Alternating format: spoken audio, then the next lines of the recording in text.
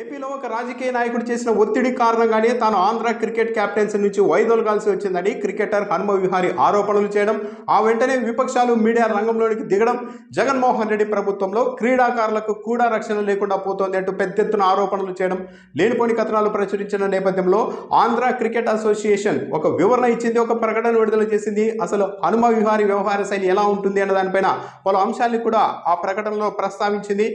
హనుమ విహారీని కెప్టెన్గా కొనసాగాలంటూ ఇతర సభ్యులందరూ కోరుతున్నారు. ఆ మేరకు లేఖలు కూడా రాశారు, సంతకాలు చేశారంటూ కూడా మీడియాలో ప్రచారం జరిగింది. అయితే ఆ లేఖలో హనుమ విహారీకి మద్దతుగా తాము చేసిన సంతకాలు కేవలం ఒత్తిడిలోనే చేశాం, ఎక్కడ తమని కూడా హనుమ విహారీ టార్గెట్ చేస్తారు అన్న ఉద్దేశంతోనే, భయంతోనే తాము ఆయనకు మద్దతుగా సంతకాలు చేశామని ఇద్దరు క్రికెటర్లు సత్యనారాయణ రాజు, అశ్విన్ హెబ్బర్ తిరిగి క్రికెట్ అసోసియేషన్కు వివరణ ఇచ్చారు. దాంతోపాటు తొలి నుంచి కూడా హనుమ విహారీ వ్యవహార శైలి చాలా అనుచితంగానే ఉంటుందంటూ తన ప్రకటనలో ఆంధ్ర క్రికెట్ అసోసియేషన్ వివరించింది. బెంగాల్ రంజీ మ్యాచ్ సందర్భంగా పృథ్వీరాజ్ అనే ఆటగాడిని అందరి సమక్షంలోనే డ్రెస్సింగ్ రూమ్లోనే పచ్చి బూతులు హనుమ విహారీ తిట్టారని కూడా వెల్లడించారు. పృథ్వీరాజ్ అయితే ఈ అంశంపైన ఫిర్యాదు చేశారు. తాను చేసిన ఫిర్యాదులో ఆ రోజు డ్రెస్సింగ్ రూమ్లో హనుమ విహారీ ఎలాంటి పదాలు వాడారు అన్నదాన్ని కూడా నేరుగా తన ఫిర్యాదులో ఆయన ప్రస్తావించారు.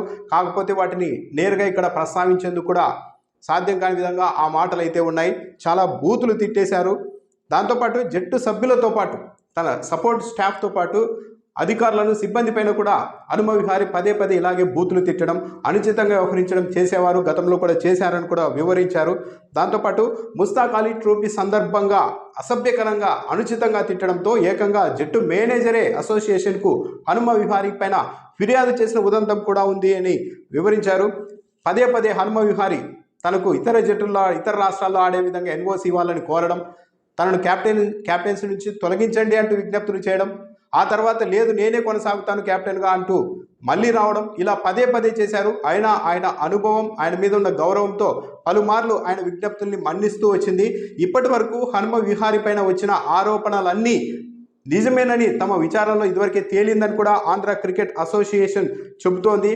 నిజానికి హనుమ విహారీ తన వ్యక్తిగత కారణాల వల్ల కెప్టెన్సీలో కొనసాగలేకపోతున్నాను, తనను తప్పించి మరొకరిని ఉంచండి అంటూ సీనియర్ సెలెక్టివ్ ఆఫీసర్కి చంద్రమౌళి ప్రసాద్ చౌదరికే నేరుగా ఈయన మెయిల్ చేశారు హనుమ విహారీ.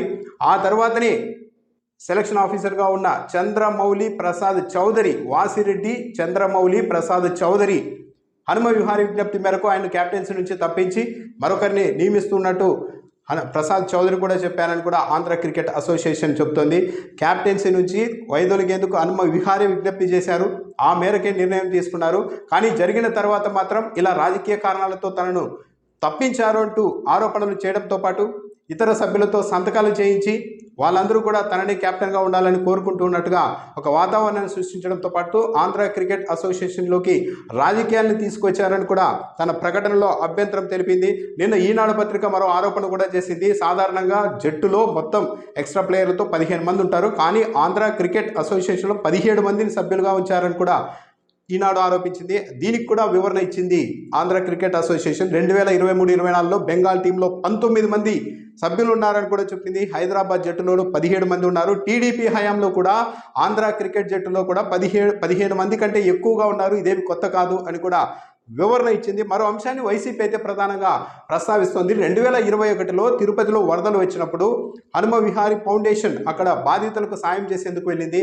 ఆ సమయంలో అక్కడ సహాయ కార్యక్రమాల్లో పాల్గొన్న వాలంటీర్లు ఎన్టీఆర్ ట్రస్ట్ అంటే టీడీపీకి సంబంధించిన టీషర్టు వేసుకొని మరి అక్కడ ఫుడ్ను సరఫరా చేశారు. ఆ సమయంలో విమర్శలు రావడంతో తెలుగుదేశం పార్టీ తామే ఈ కార్యక్రమాలన్నీ చేస్తూ ఉన్నామని ప్రచారం చేసుకోవడంతో అప్పుడు హనుమ విహారీ ఫౌండేషన్ తెలుగుదేశం పార్టీ ప్రచారాన్ని ఖండించింది.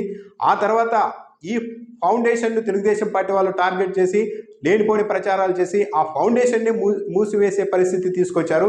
మరి అలాంటి తెలుగుదేశం పార్టీ ఇదే హనుమ విహారీ విషయంలో ఇప్పుడు ఎందుకు ఇంత ప్రేమను ఒలకబోస్తోంది అని కూడా వైఎస్ఆర్ కాంగ్రెస్ పార్టీ ప్రశ్నిస్తోంది.